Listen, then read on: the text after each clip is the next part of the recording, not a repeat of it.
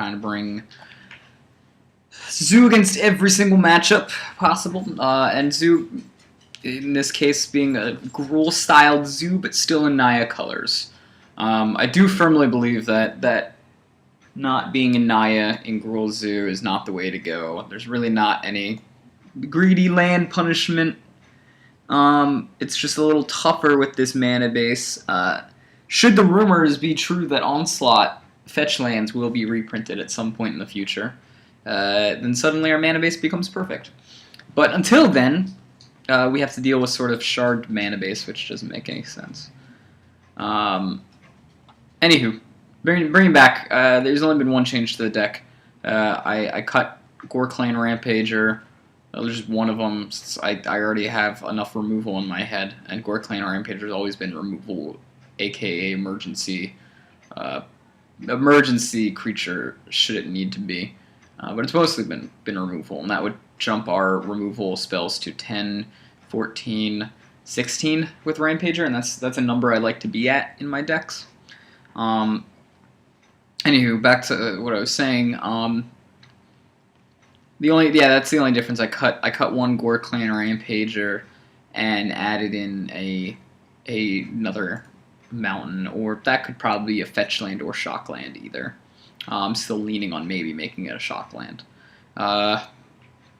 Because path, once you get a forest and a mountain, it's really no big deal. I don't want plains. Plains ruined a couple games a while back, so I'm still shying away from plains, as the only things in this deck that are white are Loom Lion, Boros Charm, and Lightning Helix. I upped it to 20 lands over 19 because it should have been 20 lands to start with. I've got Boros Charm and Lightning Helix has upped my mana curve to basically being more on the 2 mana curve. So I think it's important to have that 20, so that way you can sort of do the 20 lands, 20 burn, 20 creatures sort of distribution, a little heavier on the creatures since we're Gruul Zoo. Anywho, thought I would show a couple games here. This first one is red-green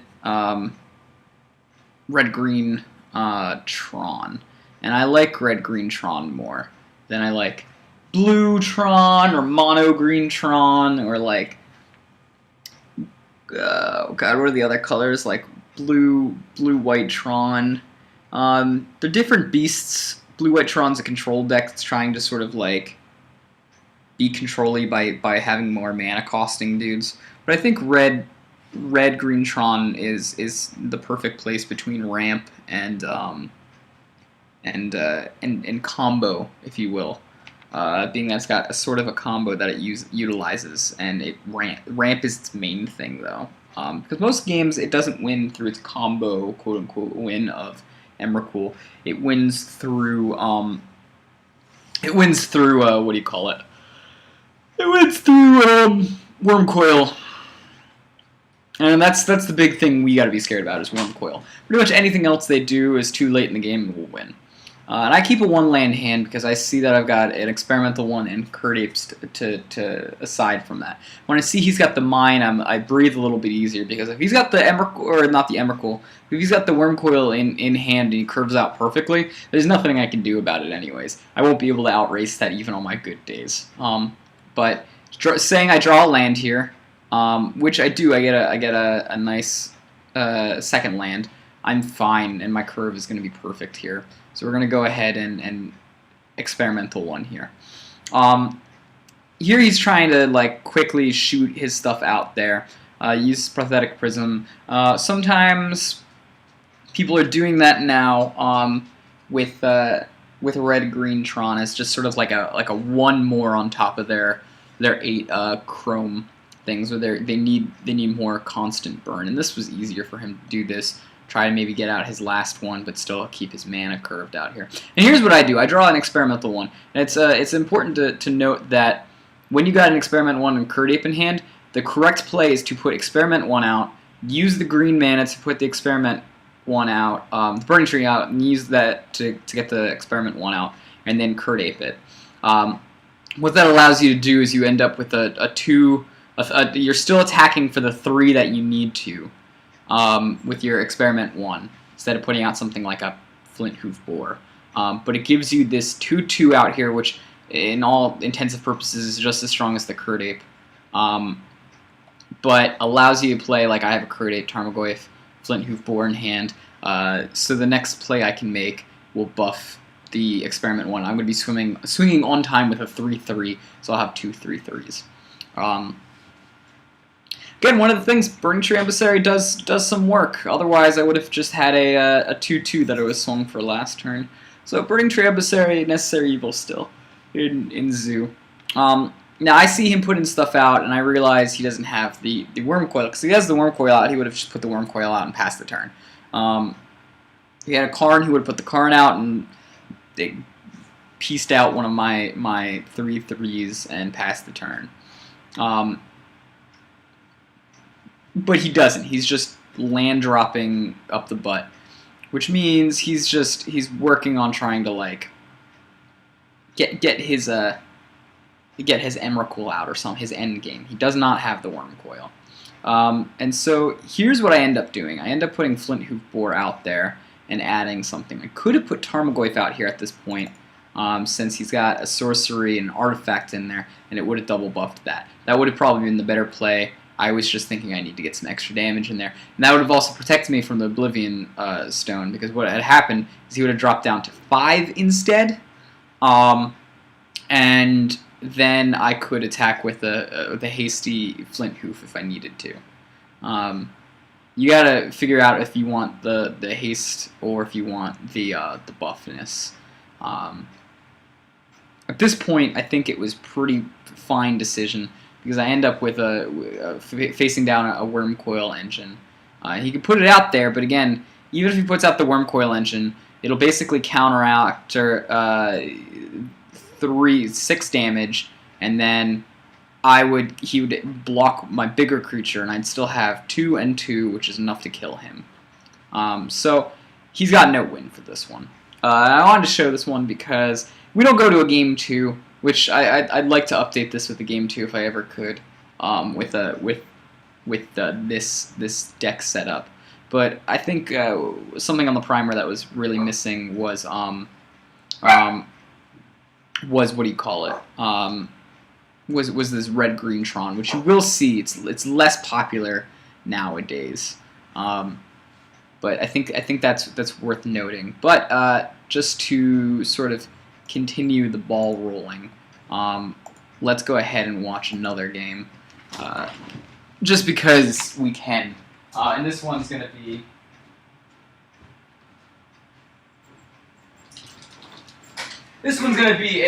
I believe a red-blue tempo deck.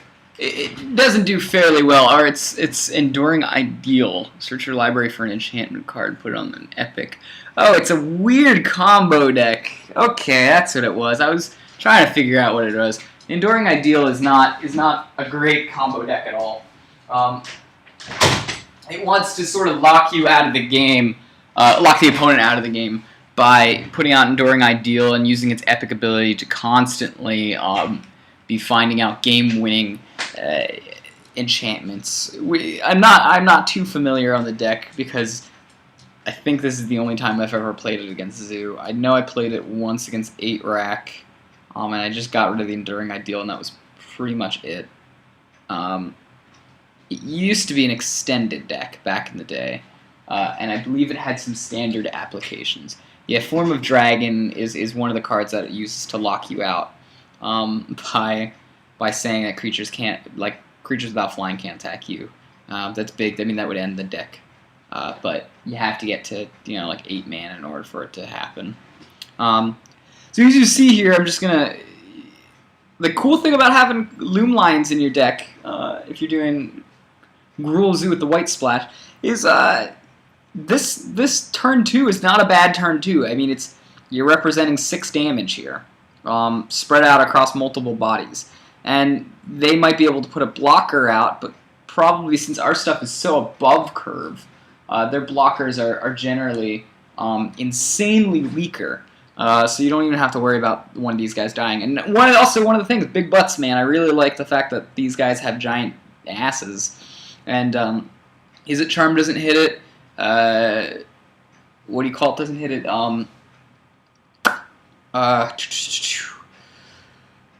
Pyroclasm doesn't hit it. Pyroclasm is a big one in Modern.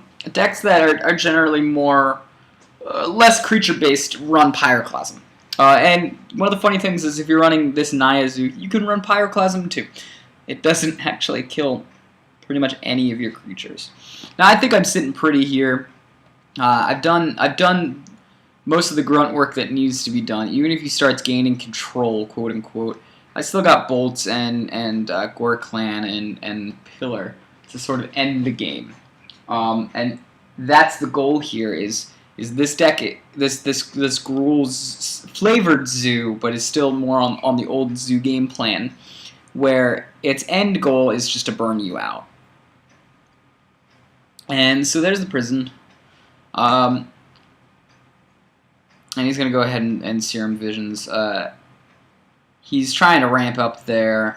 Pentad Prism's very good at just quick ramp. I thought, because the only deck I've seen running Pentan Prism in Modern with any sort of like popularity is Hive Mind. So I assumed he was a Hive Mind deck.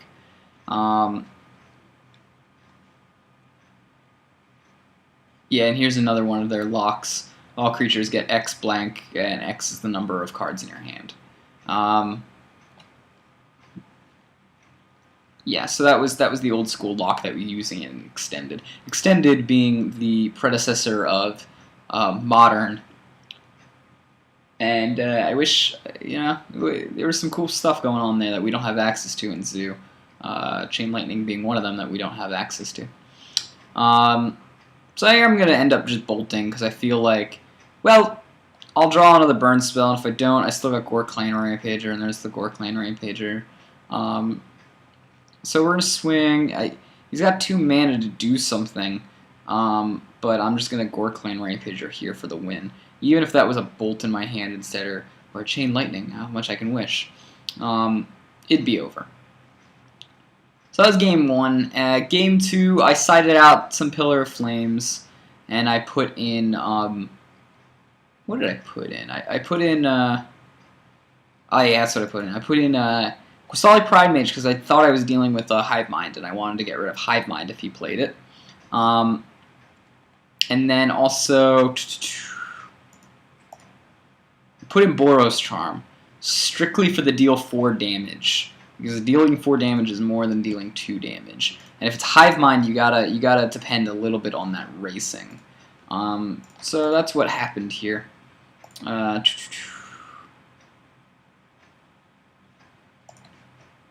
This game was pretty fast. He did a few plays I think he could have done differently, but that's just me. And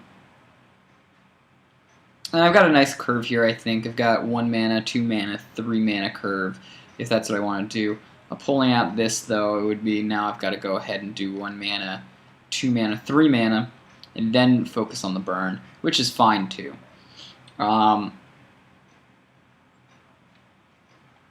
There's Loomline being all loomy.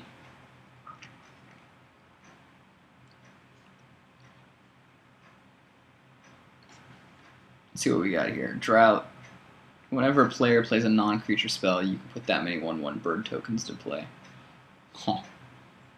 So it's basically, yeah, that's their other win con, is to put a crap ton of 1/1 dudes. Here I'm going to explode. And I see that I've got Experiment 1, I draw it, and I don't like drawing Experiment 1. Noctail would be better in this situation, just because I could put down and be a 3/3, I could cast it off a Burning Tree Emissary without any sort of worries. But I actually slow down a little bit, because having an Experiment 1 stuck in your hand when you're trying to speed aggro sucks. I figure I'm losing a little bit of time here. And I could have done this, but I might have the time to continue it. And he ends up fooling my play with that Pyroclasm, which is fine again. But, it would have been better if it was a turn 1, Experiment 1. Although I suppose he could have Pyroclasmed it then. but I wouldn't have lost tempo.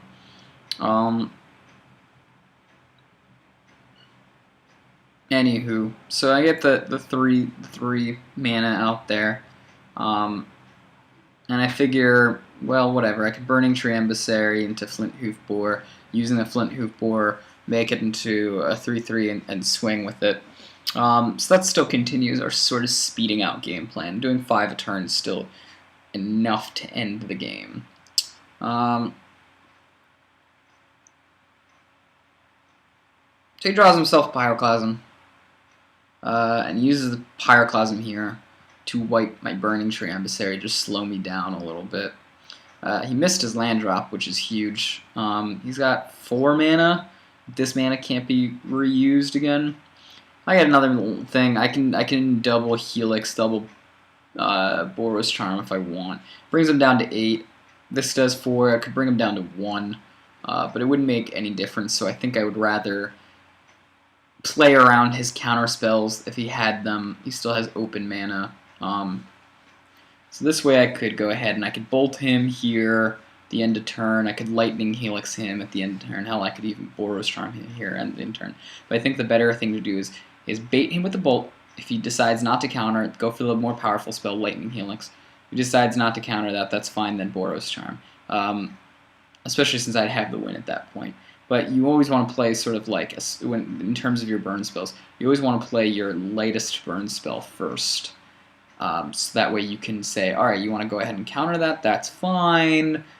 Here comes a Lightning Helix, it does the same amount, but it changes the life total, more life total difference. Or here's the Boros Charm, it ends the game. It'll take a roundabout anyways. So we're bringing him down to 1. I don't think there's anything he could do here. He was maybe hoping that he could Venser. He could Venser it, and then it puts it back into my hand. So I suppose I could use it with the Boros Charm and just win anyways next turn. You could Vendilion Click, but then I still get one attacker through, so it's over. That was a weird deck. Just a little fun side thing. Against just general notes, against combo decks like this, you Gruul Zeus, you can occasionally outrace them, even if you're playing the more streamlined, I wouldn't say streamlined, the more aggro-eccentric eggs in one basket version that doesn't use white, that uses just red and green. You can still outrace most combo decks in the modern format. You are Zoo, which means that you have historically a weaker combo matchup that you can shore up with different sideboard cards such as Thalia, or Torpor Orb, Fairy Macabra, Qasali Pride Mage, any of those Hate Bear cards that the Hate Bear deck uses, you've got access to too. There's some other weird niche ones like Burning Tree Shaman, not Burning Tree Emissary. Burning Tree Shaman, which was used at one point in time when Eggs was a real deck. But anywho, that's sort of what you do against the combo matchup. If the combo gets bigger, I highly suggest you splash white for Thalia, main deck or side, because Thalia is very, very good to just sort of like end games. And like Storm, it just crushes it. It actually plays very well against red deck wins even. Granted, it only basically makes them waste. A smart red deck win player will kill it in a turn, and only makes them waste a turn. But if they don't have any answer to it, because they've got like Lava Spikes or Bump of the Night, then it becomes a very good card to have. Anywho, that was the Zoo deck with the white splash versus red-green Tron, and a weird Enduring Ideal deck.